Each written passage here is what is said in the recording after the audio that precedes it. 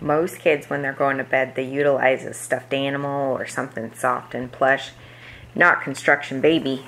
He sleeps with 2 bulldozers, one on each side. This one is a fire and rescue bulldozer, and this one is a normal bulldozer. What would you like to say? Googie. Googie. What are your bulldozers' names? Bulldozer. Oh, they don't have any special pet names? No? What are their pet names?